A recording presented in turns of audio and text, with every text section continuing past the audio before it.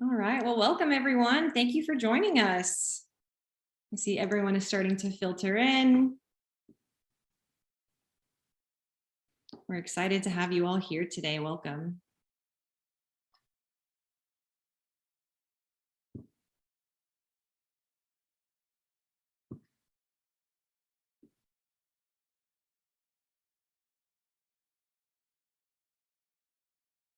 I see some familiar names. Thank you for joining us. Some new names, excited to get to know you this evening.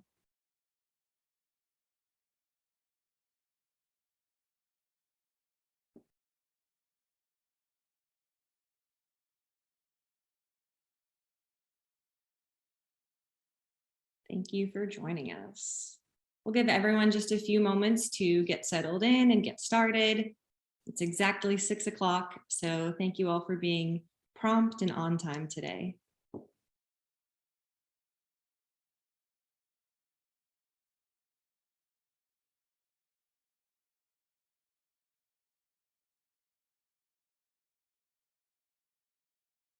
If this is your first Families for Everglades, welcome. If this is your second, third, or fourth, welcome back. We're excited to have you. I see people are still filtering in. So again, thanks for joining us on time. We'll give everyone a few moments to filter in.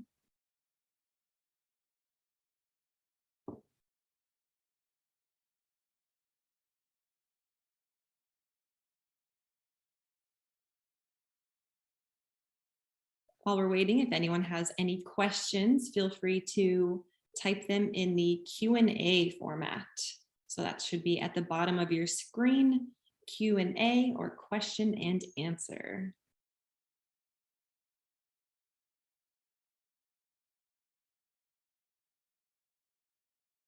Awesome, thank you.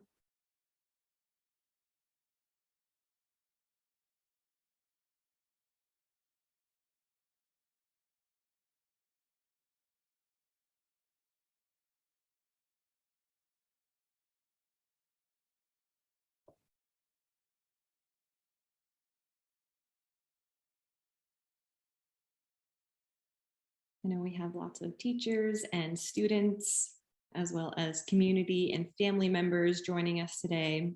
We're very thankful that you all are here this evening.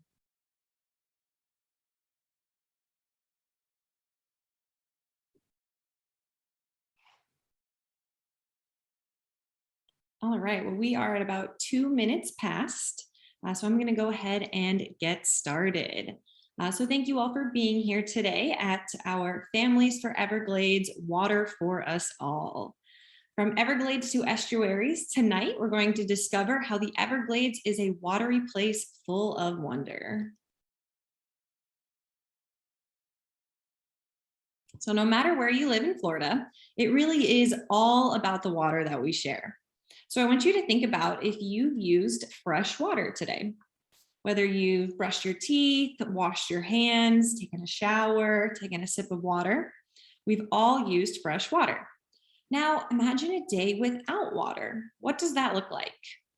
Are the flowers blooming? Are the plants growing? Are the rivers flowing? What about the animals? Are they thirsty? Are they able to find food? Right? We all need that fresh water. What about us? What do we use water for? Whether it's drinking, watering plants, growing food, we all need water. And the Everglades is an important source of fresh water for nearly 9 million Floridians, and it's very important to different plants and animals. A healthy Everglades restores water for us all. So now we're going to dive in. So real quick about the Everglades Foundation. The Everglades Foundation is a nonprofit environmental organization that works to protect and restore the Everglades through science, advocacy, and education. It started in 1993 by 2 outdoor enthusiasts who love to get outside, but were concerned for the health of their water. We are part of the education team known as the Everglades Literacy Program. Now, the Everglades Foundation does have a vision, and the vision is that we envision an Everglades with an abundance of fresh water for consumption, enjoyment, ecological health, and economic growth for generations to come. So today, we're going to learn a little bit more about how we can help with the Everglades Foundation's vision of securing water for us all to consume and enjoy. So like I mentioned, we're part of the education team. My name is Kim Gooch, and I am the Everglades Literacy Program Coordinator, and I'm located in Orlando. You might recognize me. I've been to many schools and community partners in Central Florida. I also hosted the other Families for Everglades events, so I'm excited to see you all again. And we are joined by our wonderful education team from all over the state. So speaking of the education team, they are in the Q&A today. So if you do have any questions throughout the presentation, whether it's about the Everglades, water, or even the foundation or the Everglades Literacy Program, please use the Q&A form to ask us questions. Tonight, we will also be utilizing polls for engagement, trivia questions, and as a fun way to kind of test your knowledge throughout the evening. So that leads us to our first poll and our first trivia question. So this trivia question is anonymous, so we won't know who answered, but feel free to answer with your family, kind of get together, pool your knowledge, just some fun questions about the Everglades and water. So first question, how many people get their water from the Everglades? Number two, how many miles of coastline does Florida have? Number three, what are the three types of water in the Everglades? So we'll give everyone a few moments to answer.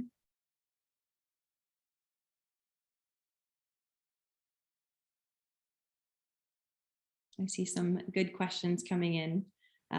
Dara, your question, where is the Everglades? Don't worry, we'll get to that in a second.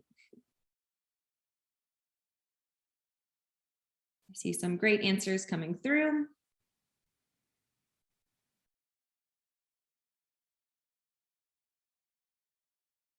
All right, just a few more moments. All right, I'll go ahead and end and share the results. So it looks like we had 69% correct. About 9 million people get their water from the Everglades, or 9 million Floridians. Number two, how many miles of coastline does Florida have? The correct answer is 1,350. So that is quite a lot. We're really lucky in Florida that we're surrounded by water. And number three, what are the three types of water in the Everglades? It looks like everyone got that one right. Freshwater, saltwater, and brackish water, which is a mixture of both freshwater and saltwater. So great job, everyone. We'll do some more trivia throughout the presentation to see what you get. So we can't talk about water in the Everglades without first knowing where the Everglades is. So just think to yourselves, if you were to ask yourself or your family where the Everglades is, what do you think they would say? They might say Florida, South Florida, the national park. They might say, I don't know, and that's okay. But it turns out the Everglades is all around us. And it's important to think about because water is also all around us. So the Everglades really is all around us, and it has many different types of water bodies. So let's look at a map to really understand where the Everglades is. So here's a map of the bottom half of Florida that shows the greater Everglades ecosystem. The historic Everglades begins just south of Orlando in Shingle Creek near Kissimmee. Historically, that water would flow from the Kissimmee chain of lakes through the Kissimmee River and into Lake Okeechobee. Lake Okeechobee would overflow its southern rim into a wide, slow-moving river nicknamed the River of Grass. And eventually, all of that fresh water would make its way down into the southern part of the Everglades, Florida Bay. And we call this the KOE, or the Kissimmee Okeechobee Everglades watershed. So if you look at the map, everything underneath that blue line is a part of that ecosystem. So if you live under or near it, you actually live in the Everglades. all the way from central Florida to the southwest coast to the east coast and down into Florida Bay. This is a great talking point to bring up with your families. Something else to bring up is all the different types of water bodies in the Everglades. There are plenty of rivers, and a river is a natural stream of water flowing in a channel to the sea, lake, or another stream, like the Kissimmee River. We also have plenty of lakes here in Florida, and a lake is a large body of fresh water surrounded by land, like Lake Okeechobee. A wetland is an area of land that is wet at least part of the year, often containing unique soils, vegetation, and wildlife. So we see that in the Everglades River of Grass.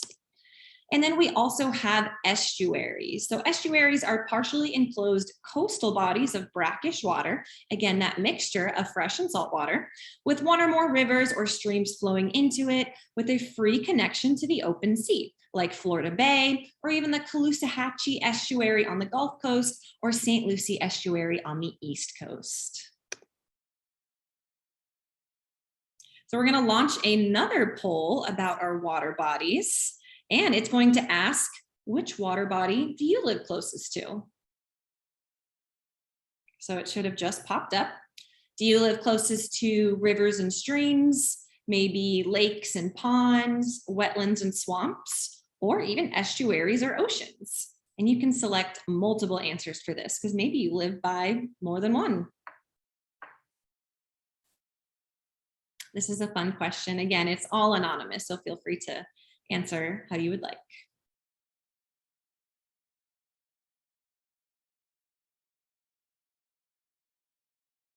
Great, I see lots of answers coming through. I had a great question. Can we fish in the Everglades? We'll definitely talk about fishing in the Everglades in this presentation. Awesome, so great participation in the poll. I'm going to end and share the results. So it looks like we had about 30% say they live by rivers and streams, 60% say they live by lakes and ponds, 45% say they live by wetlands and swamps, and then 55% by estuaries and oceans. So thank you all for answering. It's so great to learn where everyone is this evening.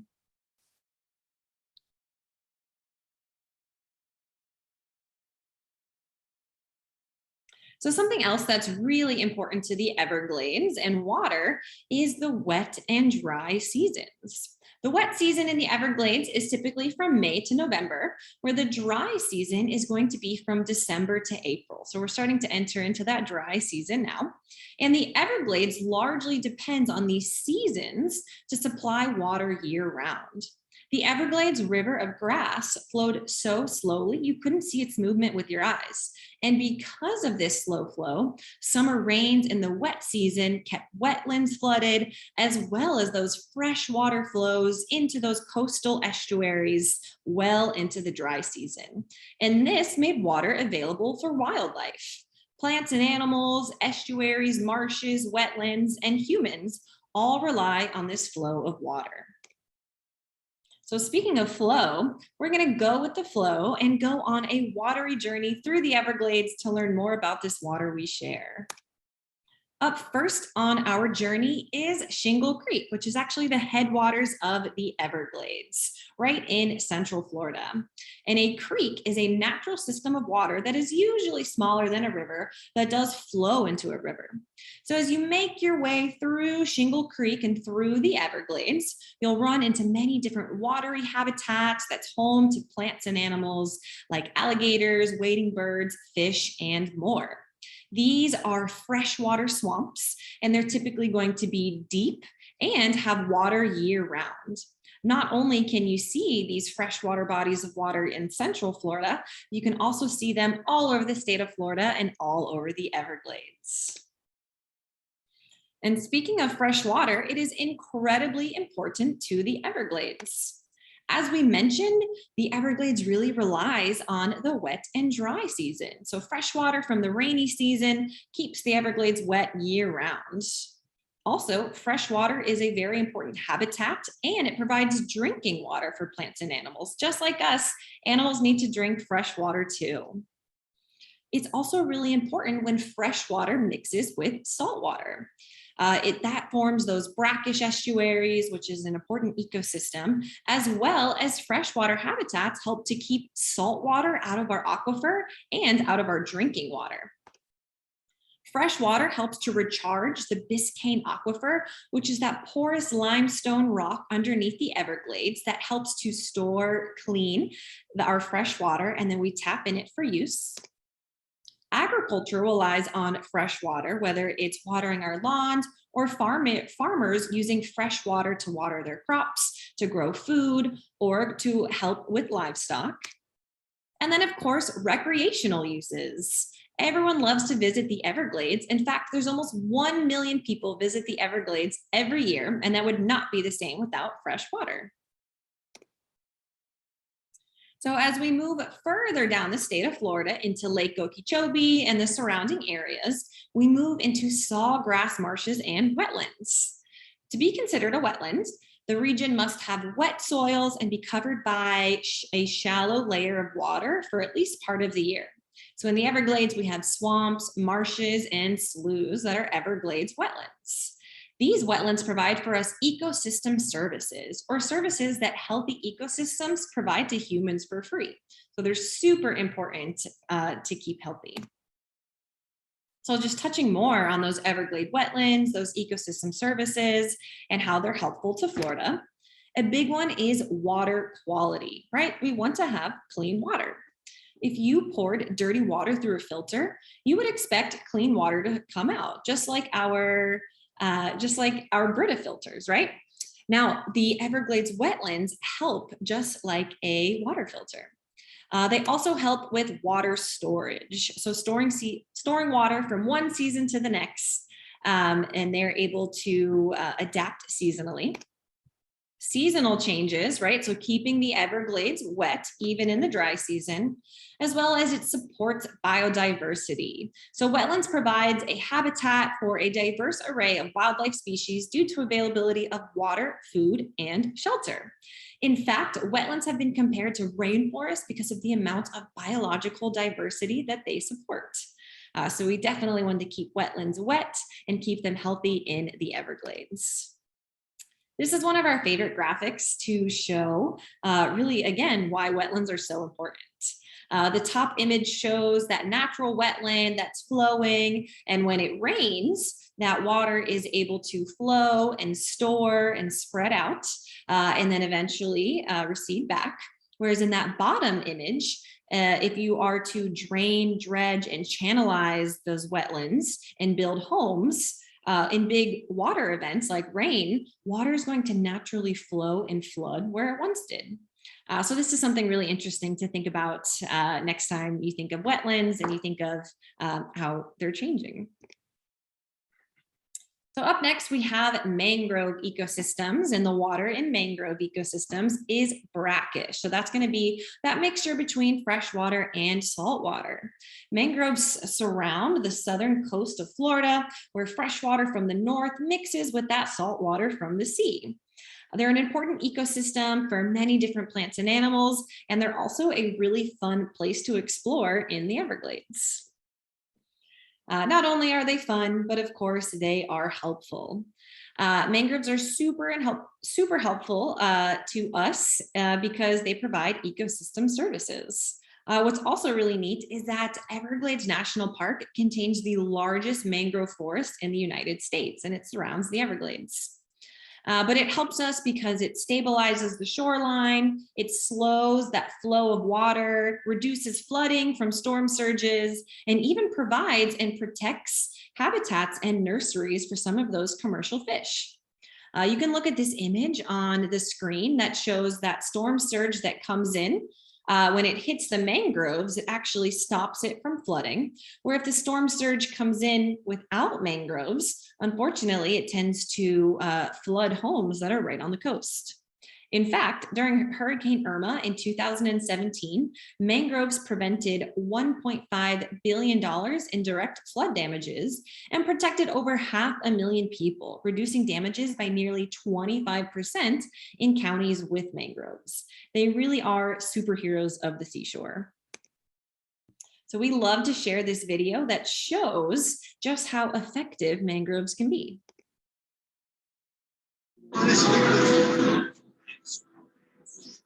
Waves coming in.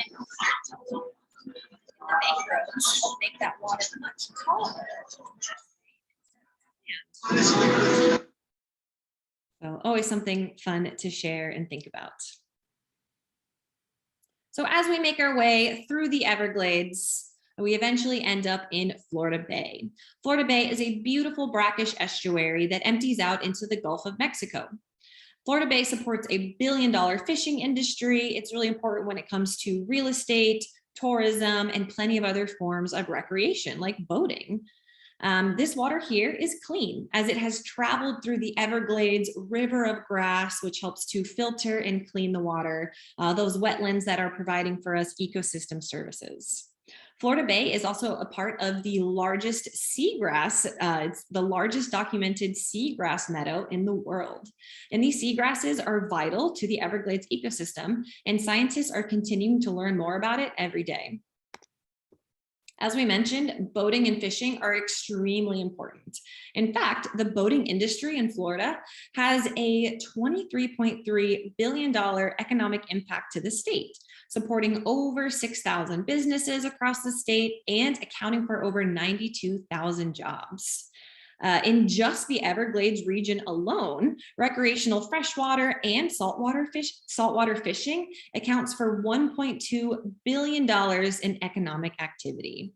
And of course, that relies on clean water, right? All fish want to live in clean water. All right, so hope you've learned a little bit as we've made our way through the Everglades ecosystem. We have some more trivia questions for you to answer. So these were just launched. Again, just like our other polls, they are anonymous. So feel free to answer with your family and answer to the best of your ability.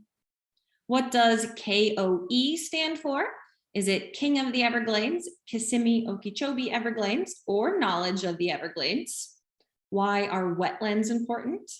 Water quality, storage, seasonal changes, or it supports biodiversity. And then there's a fun bonus question in there, is which one's your favorite? So we'll give everyone a few moments to answer those questions.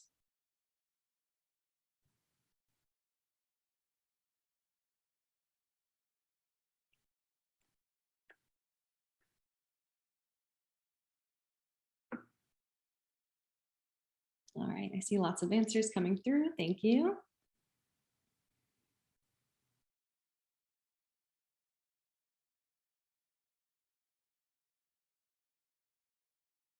All right, I'll go ahead and end the poll, share the results. Looks like 86%, so almost all of us know that KOE stands for Kissimmee Okeechobee Everglades. While knowledge of the Everglades is important, we call it the KOE watershed. Why are wetlands important? Technically, everyone is right because it's important for quality, storage, seasonal changes, biodiversity, and all of the above. And then I love the last one, bonus question, which one is your favorite? So 14% say freshwater rivers and creeks, 24% say sawgrass marshes and wetlands, 43% are mangrove habitats, and then 19% say boating and fishing in estuaries. So thank you for your answers. Great job, everyone.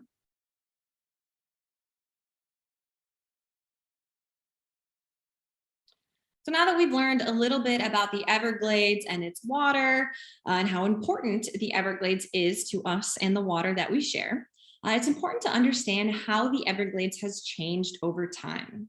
So now it's about half its original size. The remaining Everglades ecosystem still encompasses about 3 million acres. But in the last 100 years, the Everglades has been altered, changing that natural flow of water due to infrastructure, flood control, and agriculture. This unfortunately has negative impacts on our freshwater, saltwater, and brackish estuaries due to excess nutrients in our water like phosphorus and nitrogen from things like fertilizers and leaky septic tanks and stormwater runoff. So all of this polluted water mixed in Lake Okeechobee and the surrounding rivers and streams that polluted water is flushed out to our estuaries, tainting Florida's fresh water supply while leaving the Everglades starved for fresh water. In fact, you can see it in this picture where we see those dirty plumes of water coming from Lake Okeechobee that are emptying through the Caloosahatchee River into the Gulf of Mexico and through the St. Lucie River through into the Atlantic Ocean. Unfortunately, this water, like we mentioned, is polluted, right? It could have things like excess nutrients, phosphorus, and nitrogen, and that is not good for our water supply. So this video was taken in 2015 on the Caloosahatchee side, so on the Gulf Coast, that shows what those releases look like into our estuaries. Unfortunately, it averages about 1.7 billion gallons per day that are wasted to tide. So that is clean, or that is fresh water that could be cleaned and stored as it makes its way through the Everglades wetlands, but instead is being pushed into our estuaries.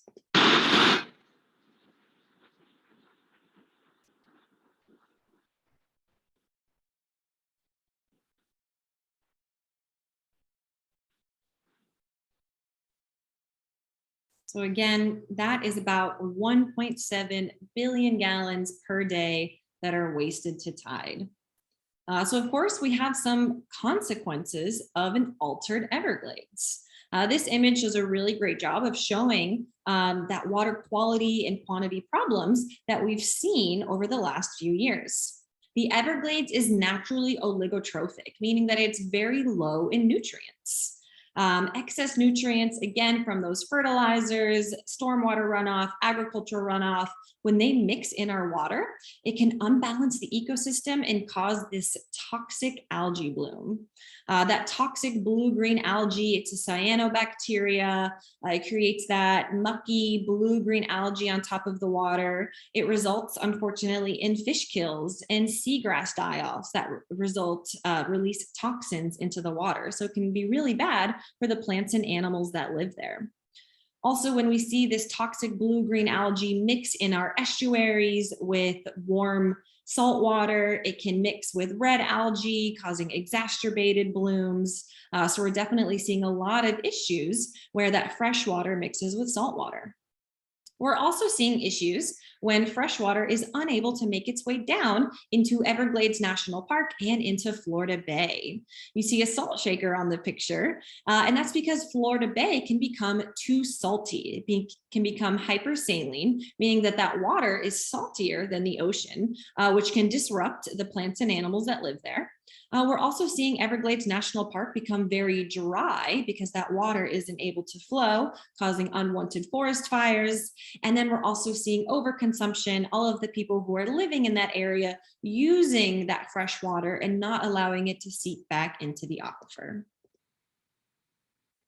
So not only are there these ecological impacts to our plants and animals and to our water, but there's also a lot of social, economic, and health issues as well.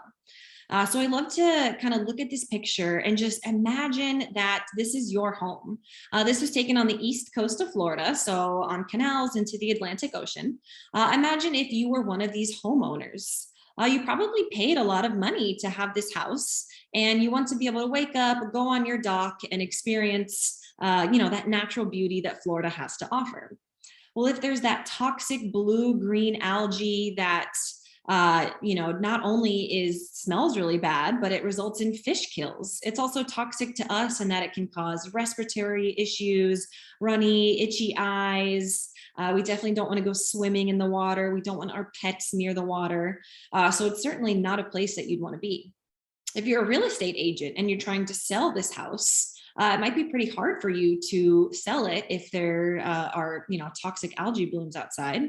And same with if you're a fishing captain and your job is to take people out on your boat to go fishing, but unfortunately there's fish kills and seagrass die-off. You're unable to do your job because of these consequences to the Everglades. So what are we doing to help? So there is an Everglades restoration plan. It's called the Comprehensive Everglades Restoration Plan, also known as CERP. And it is a plan of such significance and magnitude that we think people of all ages need to be aware and knowledgeable about it. And what it does is it addresses this reduced, disconnected, and thirsty ecosystem that we're currently living in. It was signed in the year 2000, and it includes over 60 projects that include increased freshwater storage, so being able to hold and store that water, improving the water quality, right? We need that clean water, maintaining flood control, and restoring that natural flow through the greater Everglades ecosystem. The scientists show us that a healthy, restored Everglades helps to safeguard our drinking water, which, the Everglades provides that drinking water to over 9 million Floridians. It helps to support our economy, protect carbon sequestration, provide storm surge resilience, and aid in species and habitats adapting, which we know is super important. It really is all about the water we share. And restoration helps to move that clean water to our wetlands and our estuaries, which is better for plants and animals and better for humans too. And Everglades restoration really is worth the investment. So according to a Mather economic study, for every $1 invested in Everglades restoration, $4 are generated in economic benefits. Things like water quality, open space, fishing, real estate, and more. A healthy, restored Everglades is important to all of us, and it really is all about that water that we share. Some success stories that we had is showing that restoration does work, especially when it comes to water. One of the projects is the Tamiami Trail. So Tamiami Trail, also known as US 41, was built in the 1920s. It connects Miami to Naples up to Tampa, and it's a great way to get across the state. When it was built in the 1920s, it was built without any bridges, so it kind of acts like a dike. So if water does make its way through the river of grass, it is unable to get down to what is now Everglades National Park. But 3.3 miles of bridging have been completed, and this is a phased approach to connecting freshwater flow down to the Everglades National Park and Florida Bay. And with it, we've already seen ecological improvements like more foraging for wading birds, marsh connectivity, as well as rainy season depths and duration.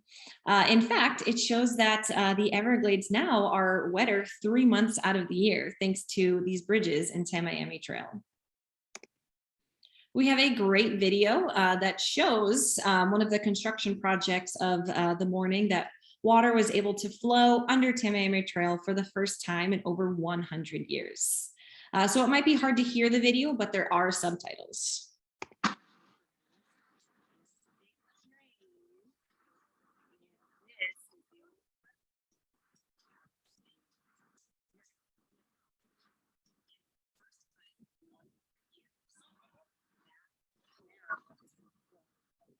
Underneath the bridge.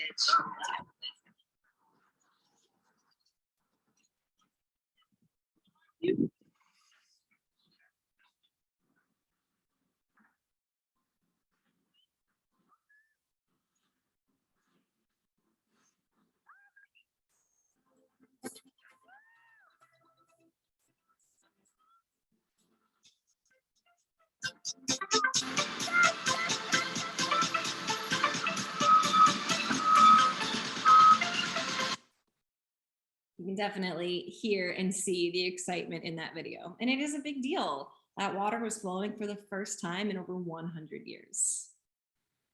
So just to recap why the Everglades is so important, we hope you were able to learn a little bit this evening, and that we encourage you to share with others. It really is the water supply. The Everglades provides the water supply for 9 million Floridians and tourists every year, right? We all depend on that water. As we've seen, South Florida's economy relies on the Everglades. Boating and fishing contribute billions of dollars to Florida's economy each year. Also jobs. Everglades restoration projects will create at least 65,000 jobs. Tourism is the largest industry in Florida, and of course we need clean water for that. Real estate, right? Studies show that real estate values in Florida are directly tied to water quality. And of course, families. We know that spending time in the Everglades with your families is great for your health and well-being, and it's just a great way to get outside and explore. So we have another poll that we're going to launch, and it is a fun one. It's just asking, what is your favorite water activity to do with your family? So whether you like to go boating, fishing, paddling, so things like kayaking, canoeing, or paddleboarding. Maybe you want to go on an airboat ride, a sluice log or swamp walk, swimming, or other. So there are so many different ways to explore the Everglades.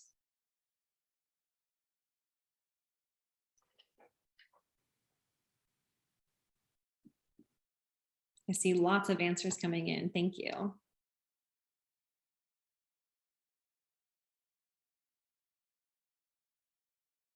And this is multiple choice too. So you don't have to choose just one. I know there are many favorites.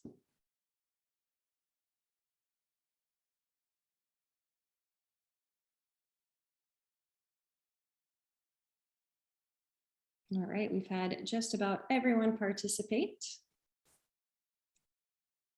So it looks like we like to do everything. So 33% like to go boating, 38% say they like fishing, 38% like to go paddling, 29% airboat tour, 29% a sluice log, 58% say they like to go swimming, and then we had about 25% say others. So thanks for answering, and hopefully you get to get out and explore the Everglades this season. It's a great time to explore what's a little cooler and a little less mosquitoes.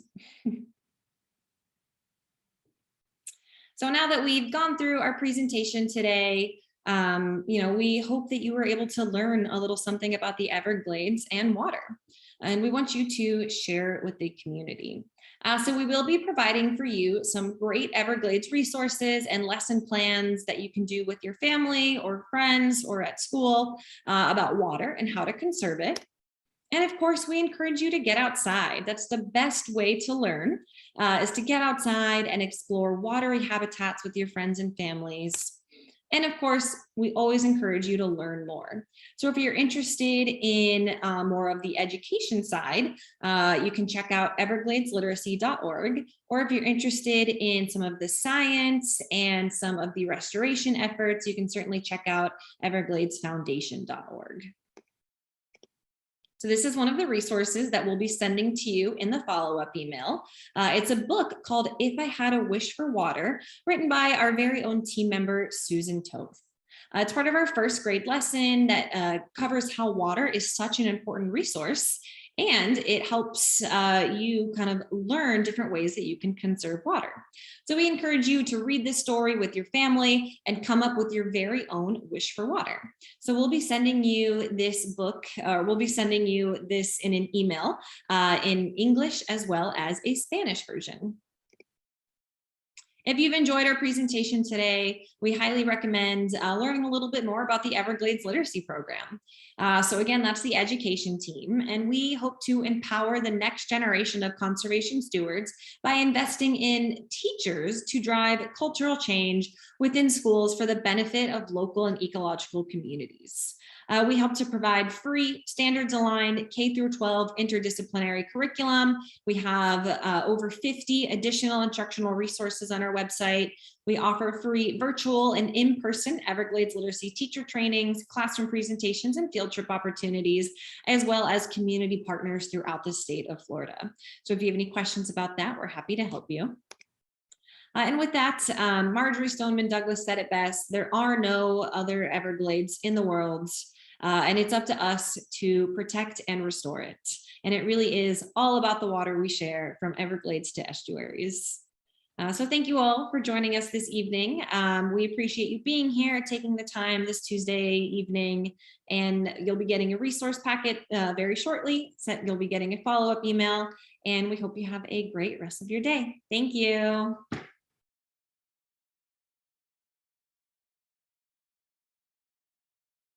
Bye, everyone. Thank you.